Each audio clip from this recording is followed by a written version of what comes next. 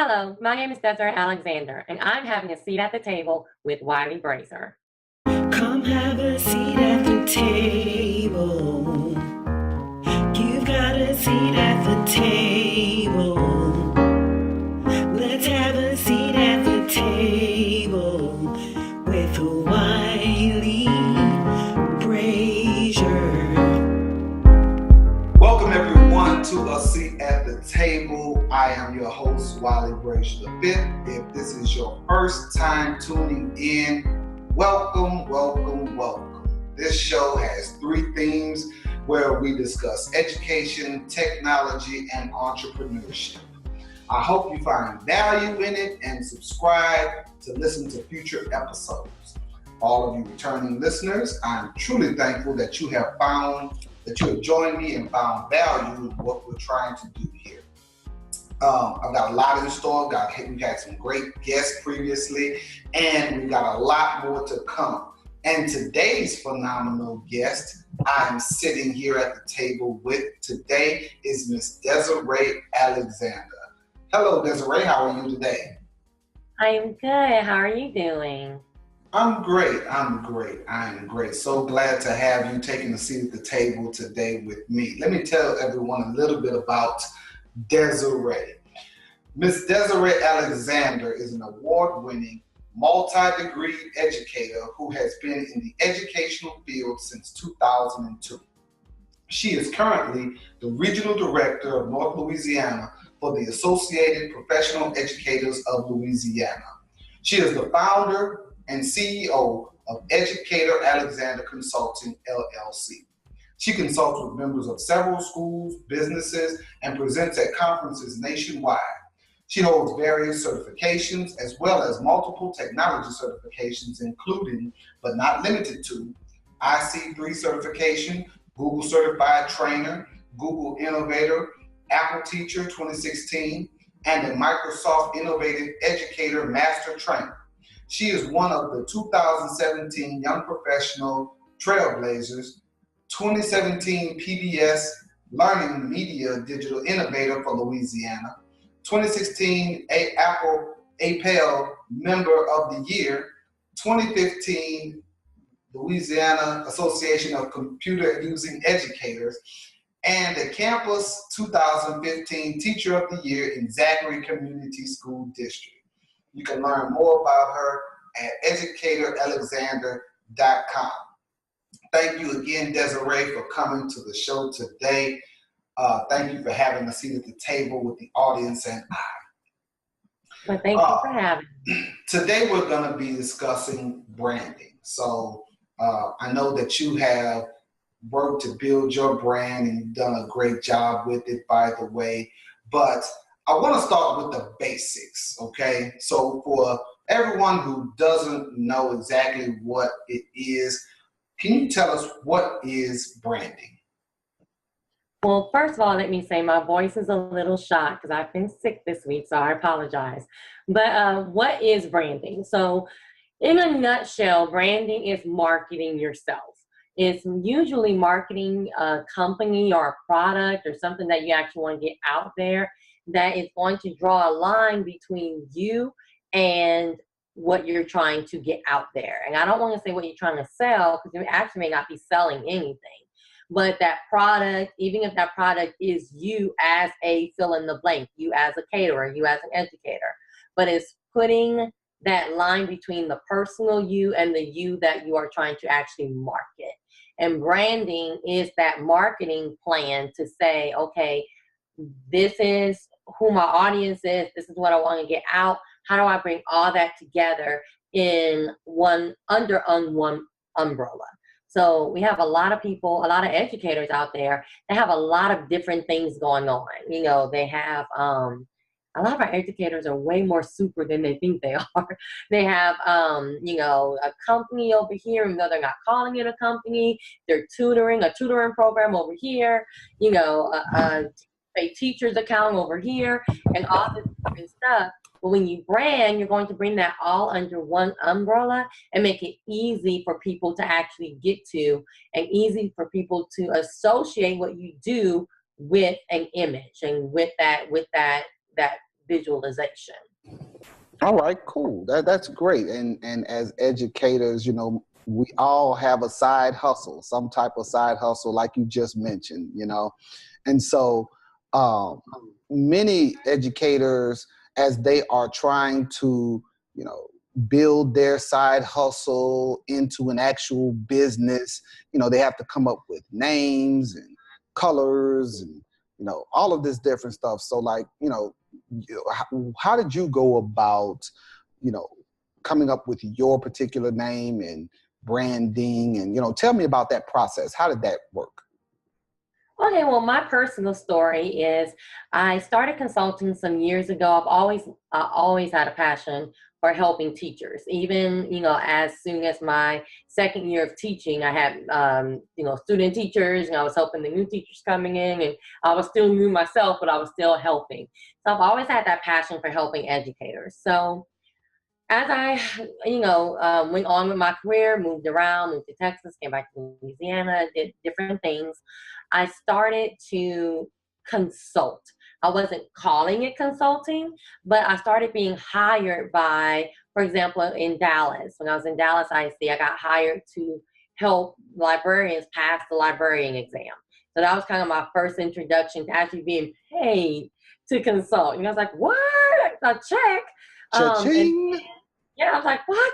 And then, you know, moving back here, I was hired. I have to give immense props to the public library that in St. Francisville in Louisiana, that I was hired by them to be a teen library consultant.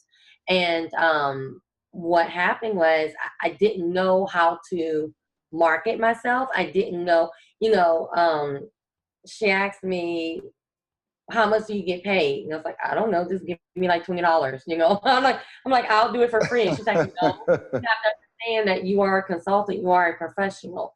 So she really helped me get that in my head that, you know what, you are a professional. And if somebody's asking for your services, you need to have an answer. You need to be able to tell them how much you charge and how much and that kind of stuff. So that really set me on the path.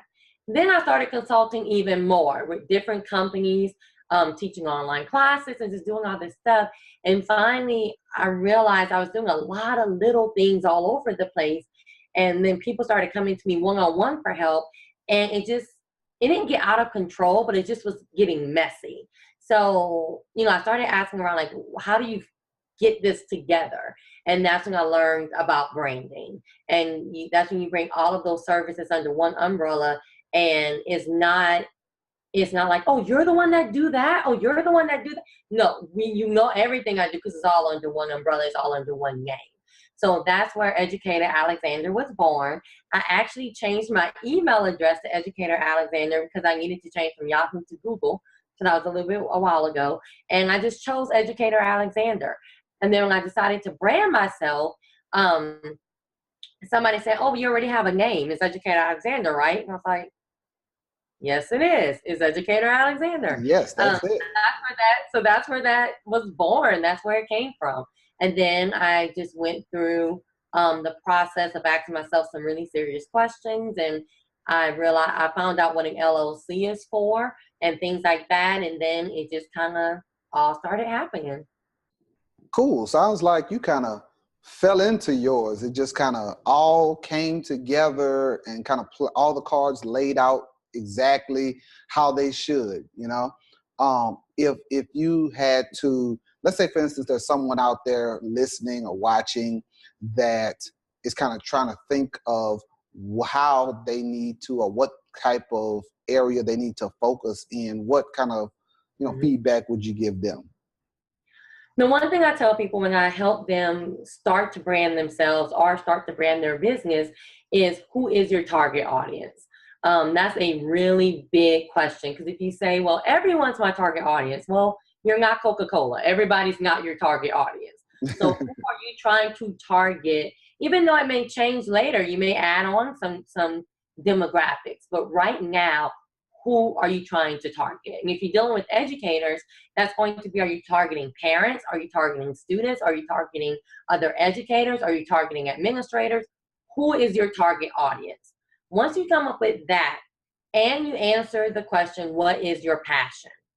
So the what is your passion question sometimes gets downplayed, because when you ask yourself, what is your passion? I'm not talking about, when you were in third grade and you're like, I want to be an astronaut and the president. No, like real life, real talk.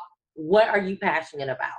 And what the question I like to ask people is, if you won $1 million tomorrow, what is it that you would not stop doing? That's your passion. And it may not be education. It may be fishing. It may be cooking. But what is your passion? What is that thing that you get joy from? You may want to think about branding yourself in that. Because if you brand yourself in something that you're not truly passionate about, 9 times out of 10 is going to fail. Because you're going to lose interest. People are not going to see that passion just radiating from you. And why would I go to you when I can go to someone who I see that passion from? So those are the 2 main questions to ask yourself to get started. I do want to tell you that on my website, educatoralexander.com, I do have a section under presentations. It's a branding section. And on that website, there's 2 handouts that will help you get started. It's actually 2 planning handouts, and it can help you get started with thinking about your brand. Cool. That sounds like that's a great resource then. So what are some of the, essentials of a brand? What are like the must-haves, the main components? What would you say that in order to get your stuff together, once you've determined what your passion is and, who your audience, like who you're going to, bringing it all under one umbrella, what are those keys that you need to have together?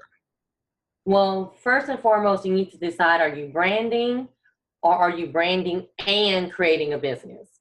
Because it's kind of 2 separate things. So if you're simply branding, you're not creating an LLC or incorporation or anything like that.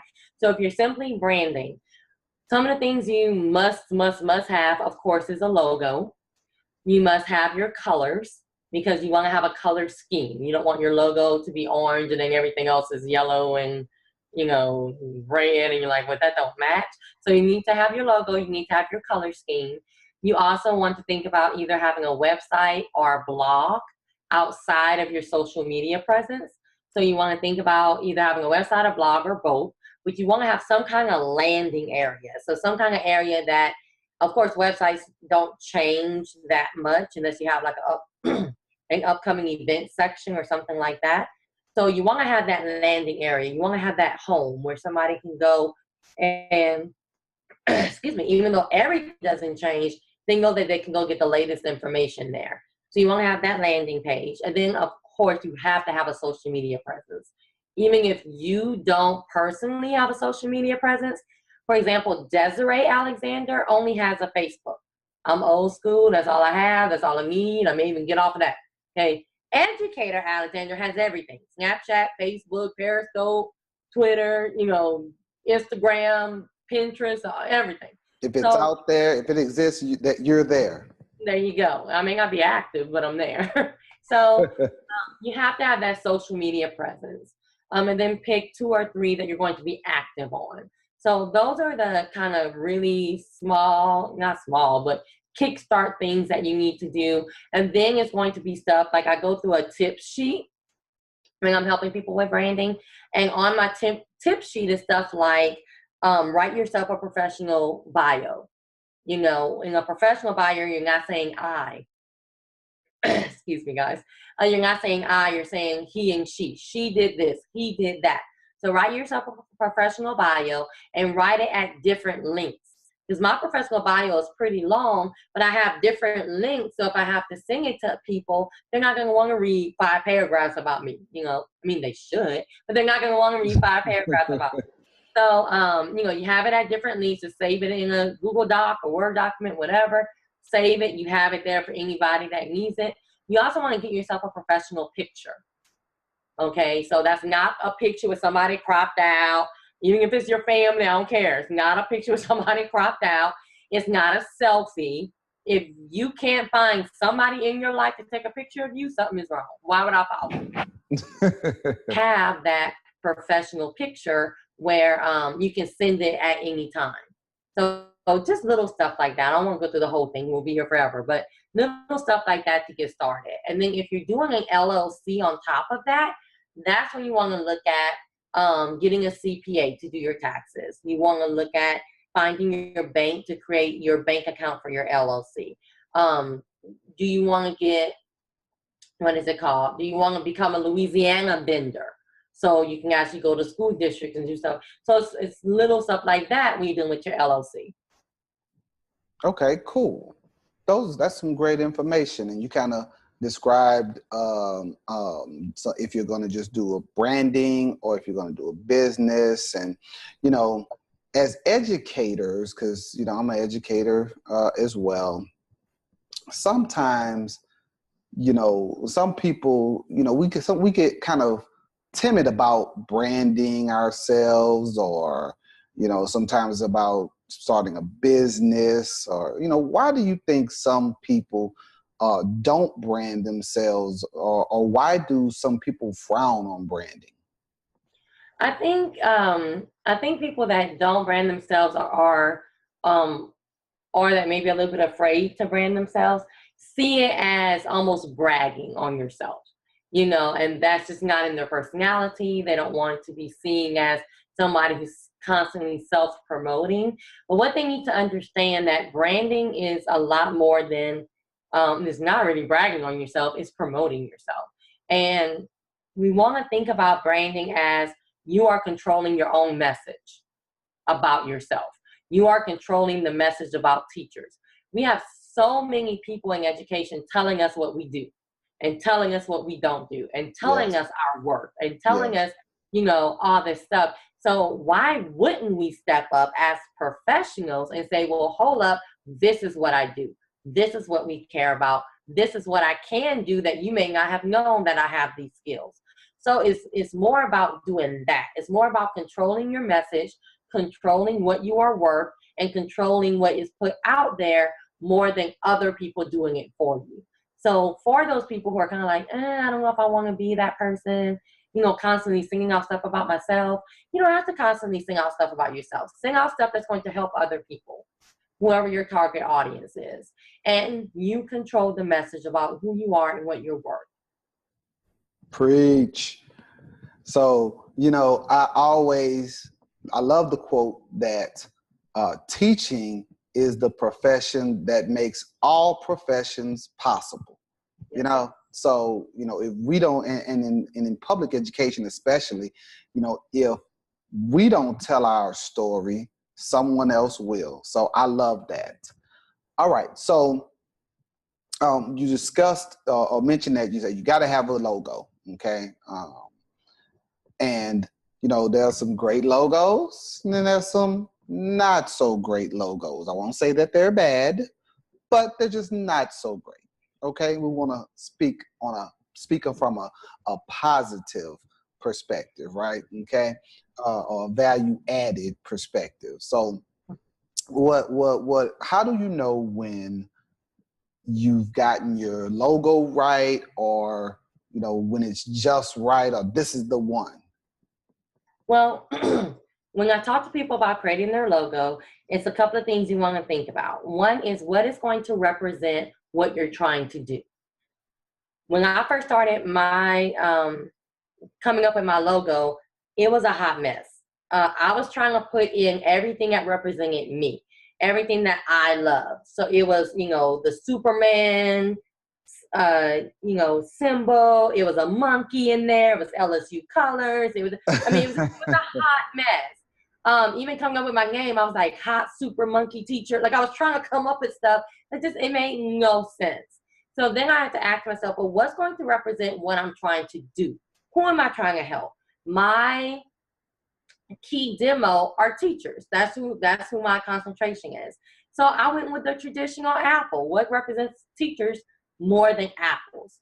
And then when it comes to colors, you know, I had my favorite color had to be in there somewhere, and that's purple. It had to. I don't care if it was a hot mess or not. Purple was going to be stuck in there somewhere. So I compromised because once you come up with your symbol, the symbol that's going to represent what are you trying to do, who are you trying to reach. Once you come up with that, you want your colors to make sense with it. So if I have a lion and the lion is purple, why is the lion purple? Like if that has nothing to do with your name or nothing to do with your company, why in the world is the lion purple? Like it doesn't make sense. So you have to have it, everything kind of melt together and make sense. So that's where my colors came from. Apples are red and green, and my EA in the middle is purple. So that's kind of where your logo should come from. Something that makes sense with what you're actually trying to accomplish. And how do you know when it's done is when you love it. This is your logo. You're going to put it everywhere. You're going to see it everywhere. You don't want it to be like, I mean, it's okay. Nope, it's not done yet. Okay, it has to be something that you're like, this is it. I don't mind seeing this for the rest of my life, right? Now, in years and years and years, you may update your logo a little bit. All companies do. However, you shouldn't be updating your logo every year. That means something's wrong or you're creating different companies so you want to have something that you actually fall in love with. And one of the best tools I can tell you for logo creation is Fiverr, and that's Fiverr, 2 R's. Fiverr.com. So even if there's different people on Fiverr that will help you do social media banners and logos and all kind of stuff. I go to them for everything. And then you have your favorite people. You start going to them over and over. Most of their services used to start at $5. That's why it was called Fiverr. Now it's actually $6. But hey, still. So they can help you make your logo professional. So I actually came up with the logo in Google Drawing and kind of did that, and I had some help. And then I sent that to Fiverr to make it snazzy, to make it correct, to make it professional. And one thing that I tell people with your logo is when you make it professional, you want to get one with a white background and one with a transparent background, because the transparent background can go on colors. So for example, this right here is a transparent background. It's able to lay on top of this picture and it doesn't look janky. Okay, but then the white background you can put on just regular papers and stuff like that. So I always tell people to get both. But those are my kind of hints for logos. Cool. So you have described the importance of having a website, because you have to have the landing page so everyone can at least know where to go to find out about whatever it is that you're doing. We are in a digital age now where everything is electronic. We've been, putting our phones up to the cash register to pay, even without the plastic. So how important are business cards right now? Because even for myself, I have some and I don't always have them with me, but we've got the electronic ones, but then it's good to have them. But so does a person, as they are, after they've gotten their logo, does a person need business cards as well, or do you think those are kind of like passe?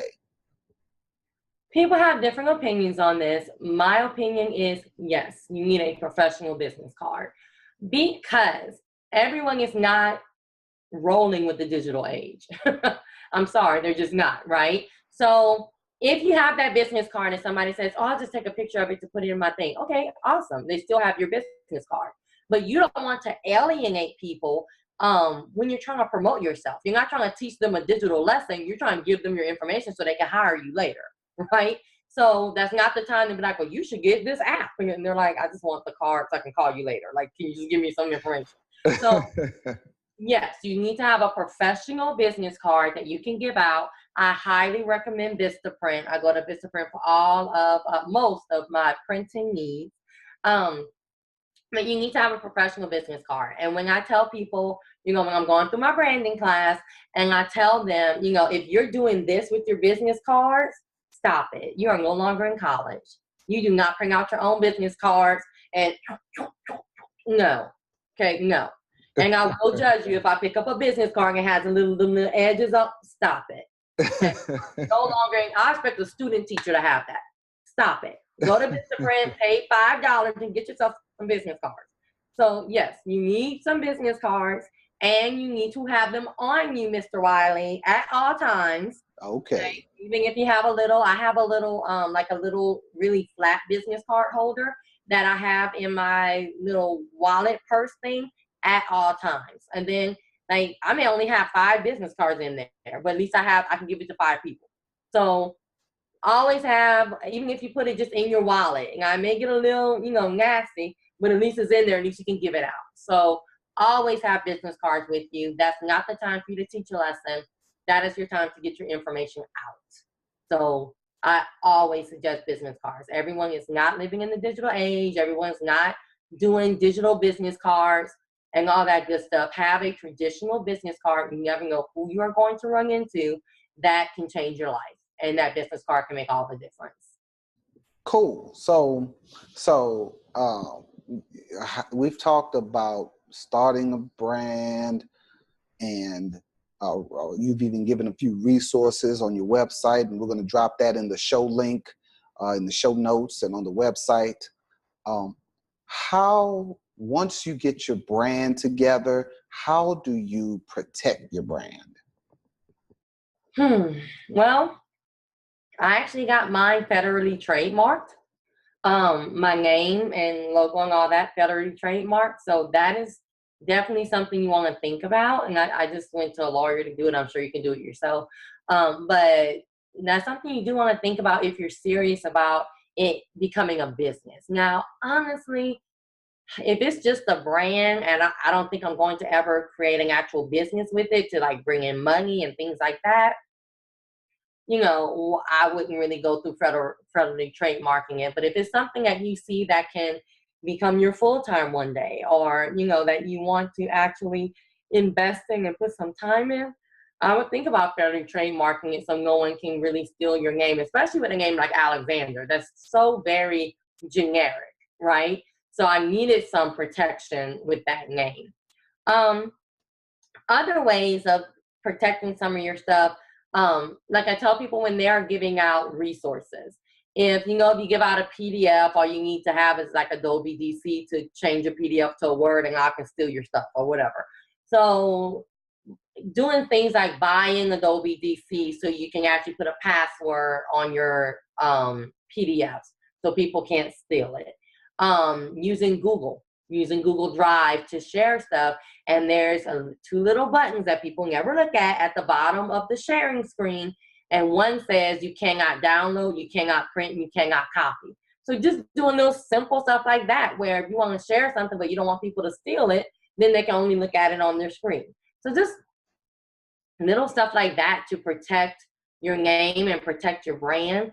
And when we're talking about protection too, you want to think about things as well as what you are doing that can hurt your brand. So what I usually tell people is, like, for example, social media, to do a quick example. With social media, your personal social media and your company or brand social media should not be the same social media account. You need a completely separate account.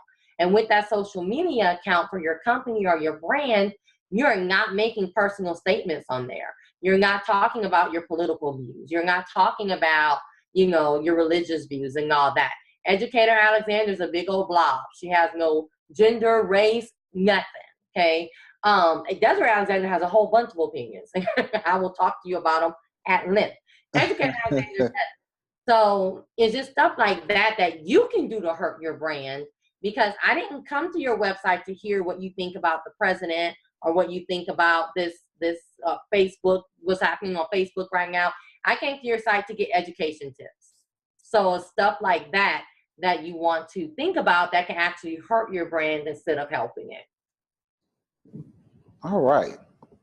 So we have talked shop. We've done some talk. And so we are having a seat at the table together.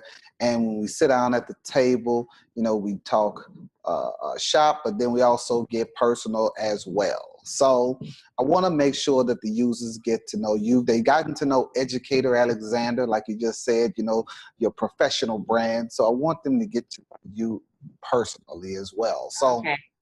here we go. We're going to transition into this personal piece, the table questions. Okay. Okay. So we're going to start off easy. What would constitute a perfect day for you?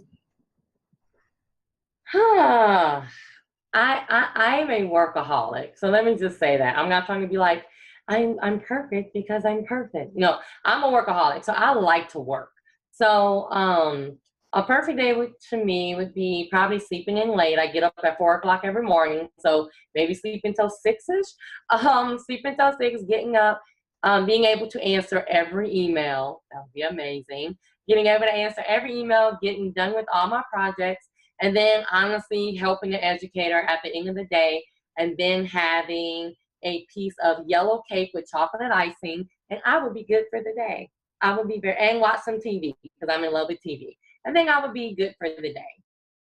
And maybe read some of my audiobook. And then I would listen to some of my audiobook, and then I'll be good for the day. All right, cool. I'm glad you said listen to some of your audio books, because I know some people, they say, I'm reading my audio books. Like, wait, how do you read audio like that? Exactly. You watching some wavelengths go up and down? Okay, cool. To my audio, I would listen to. I've just gotten through like 5 books. I love them. Yes. So let me ask you this then. If a crystal ball could tell you the truth about yourself, your life, your future, or anything else, what would you want to know? I would not want to know my future. I like living day to day. You know, I am a Christian. Jesus has that. I don't have to worry about the future. I probably want to know my friends and my family's futures, so I can help them like avoid that. I want to know yeah, I'm gonna stick with that. I would want to know my friends and family's futures so I can kind of nudge them to avoid certain stuff. All right. So then when we're talking about the future, right? If tomorrow you could wake up having gained any one quality or ability, what would it be? You say gain, I was like, I do not need to gain any more weight. Stop it. I would definitely say the ability to keep going without sleep. That would be amazing. When I was younger, I could go like 48 hours and still be kicking. And now it's like 2 hours. I'm like, I need a nap. I just want 5 minutes. So the ability to just go, and just never get sleep. That'd be amazing. I can take over the world. All right. So you have done a whole lot up to this point, and you're building this great brand and your business and everything. And I know it is building towards something, or, what are some, I'm sure you have lots of different projects and whatnot. So what are some of your goals for the future? Some of my goals, if I'm thinking business-wise, some of my goals are honestly to have a full-fledged consulting firm. So I want to actually hire people to go out and teach in the name of Educator Alexander, because that's one of my constraints, is that I just can't do it all. So and I've hired people kind of here and there to do stuff, but I actually want to be able to like hire some full-time, quote-unquote, consultants who, if I can't take that, training in Illinois, they can go take it in the name of Educator Alexander. So to have something like that would be amazing. And to be quite honest with you, I've had some jobs in my life that I've absolutely loved. And then I've had some where, as soon as I'm there on day one, I'm planning, how am I going to get out of this? So the full-time job that I have right now with APEL, and it's not, like, believe me, if I didn't like them, I wouldn't bring them up. So I just wouldn't talk about them at all. But I honestly love what I do with them, because I'm doing the same thing I'm doing with Educator Alexander. I'm training teachers, I'm reaching, I'm helping, I'm answering questions. So I honestly want to stay with that company as well. So as I build Educator Alexander, my plan is to also stay with APEL and really do both. I mean, they're both just phenomenal opportunities that I never thought I would have. So my honest future plans would be to build up Educator Alexander to where I have those consultants who can work for me and continue with APEL.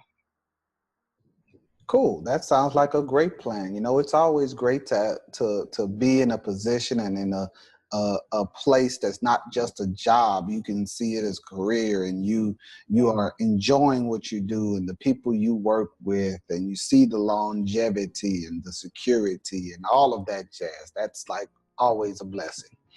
So before we go, we always have every guest to either tell us a joke or tell us a quick story.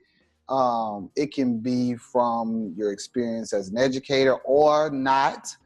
Totally up to you.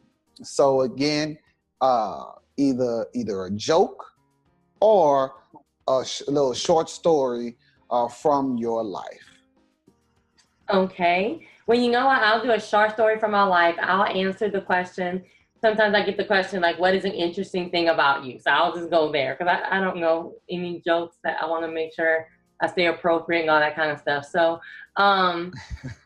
with interesting about myself, I was born in Belgium, Europe. I was an army brat. So I was born there. I know nothing about it. I just was born there. I was also born with a cleft lip and cleft palate. So that's when this is open and the top of your mouth is open. So I had to get many surgeries throughout my life for that. And the doctor, when I was born, told my mother to not expect much from me. That I'd probably be very withdrawn and things like that. And I wouldn't really speak that well. And I really wouldn't not do much, but just don't expect these big things from me.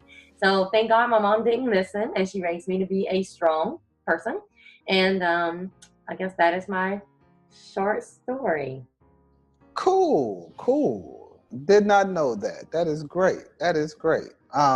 So any last thoughts or any last parting words for everyone before we give some contact information?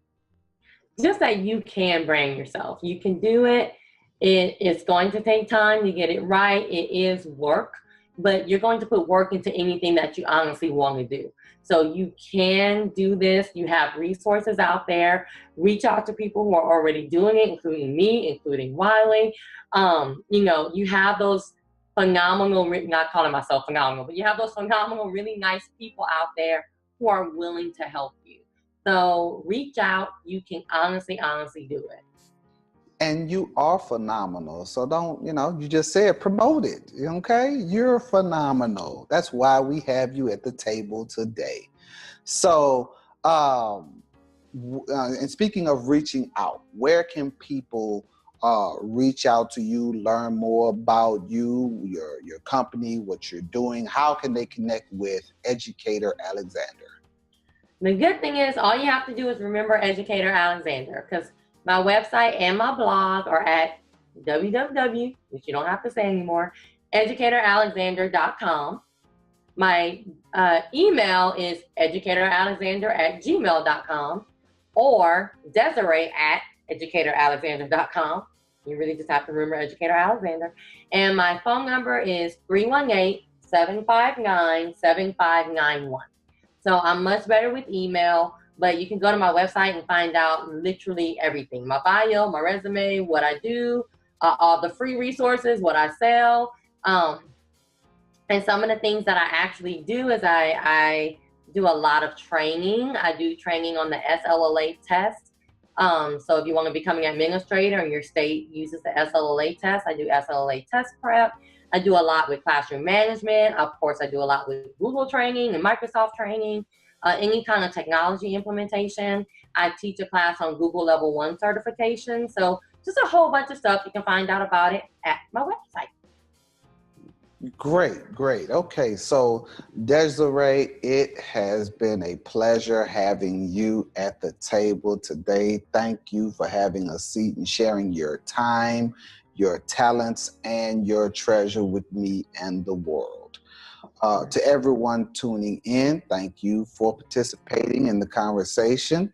And like a home cooked meal, I hope this show has nourished your body and your mind. So until next time with me, you will always have a seat at the table. Thank you, Desiree, again. Thank you.